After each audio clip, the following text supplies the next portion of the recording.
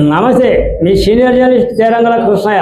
ఈరోజు ప్రధాన అంశం 44వ మహానాడు నలుమూలల ఆంధ్రప్రదేశ్లో, ముఖ్యంగా పులివెందులలో అనే అంశంపై విశ్లేషణ.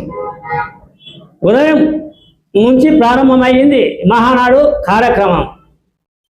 పులివెందుల నియోజకవర్గంలోని 6 మండలాల్లో ఒక్కొక్క మండలంలో ఒక్కొక్క స్థలంలో ఏర్పాటు చేశారు మహానాడు కార్యక్రమ నాయకులు, కార్యకర్తలు హాజరు అయ్యేందుకు. వర్చువల్ పద్ధతిలో ఈ కార్యక్రమం ఆంధ్రప్రదేశ్ తెలుగుదేశం ప్రభుత్వం చేపడుతూ ఉంది. ఈ 44వ మహానాడు కార్యక్రమాన్ని వినూత్న పద్ధతిలో తెలుగుదేశం పార్టీ చేపడుతూ ఉంది.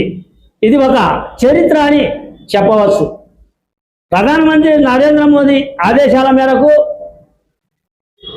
ఇంధన పొదుపు, ఆర్థిక పరంగా పొదుపు, అనేక రకాలైన ఖర్చులు తగ్గించాలి. మనం ముందుకు నడవాలి అంటే, భారతదేశం ముందుకు వెళ్ళాలి అంటే ఖర్చులు తగ్గించాలి, ఇంధనం తగ్గించాలి. సభలు సమావేశాలు అనేవి పెద్దగా ఉండకూడదు. ఆ తర్వాత రాజకీయ నాయకులు కూడా వారి వారి వ్యక్తిగత వాహనాలు, ఎస్కాట్ల సంఖ్యను తగ్గించాలి అనే నినాదం కొనసాగుతూ ఉంది.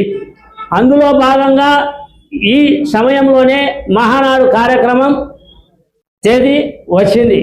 ఈ మహానాడు కార్యక్రమాన్ని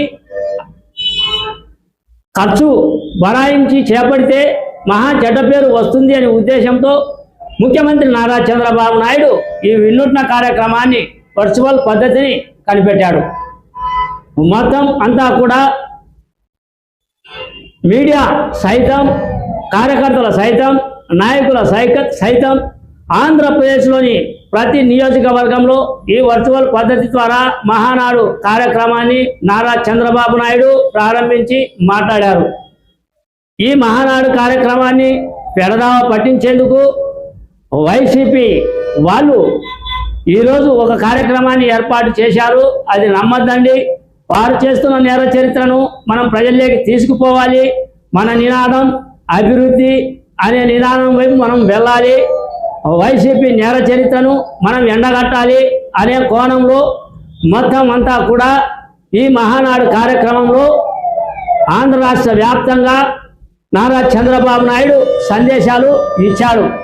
ముఖ్యంగా పులివెందులలో మహానాడు కార్యక్రమం ఉదయం ప్రారంభం అయ్యింది. ముఖ్యంగా జడ్పీటీసీ అయినటువంటి మారెడ్డి లతాదేవితో పాటు పులివెందుల మండలంలోని కార్యకర్తలు, నాయకులు హాజరు అయ్యారు. నారా చంద్రబాబు నాయుడు మాట్లాడే అంశాలను వాళ్ళు బాగా తిలకించుతూ నారా చంద్రబాబు నాయుడు చెప్తున్న సూచనలు, సలహాలు వింటూ అక్కడనే కూర్చొని ఉన్నారు.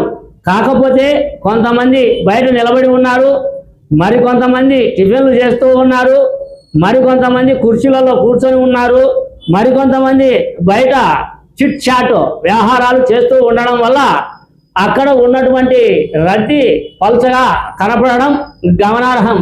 ఏది ఏమైనప్పటికీ మహోన్నత కార్యక్రమం, ఇది వినూత్న కార్యక్రమం. ఈ కార్యక్రమం 2 రోజులు జరుగుతుంది. ఈరోజు చేపట్టిన పులివెందులలో ఈ వీడియో చూడండి. ఇలా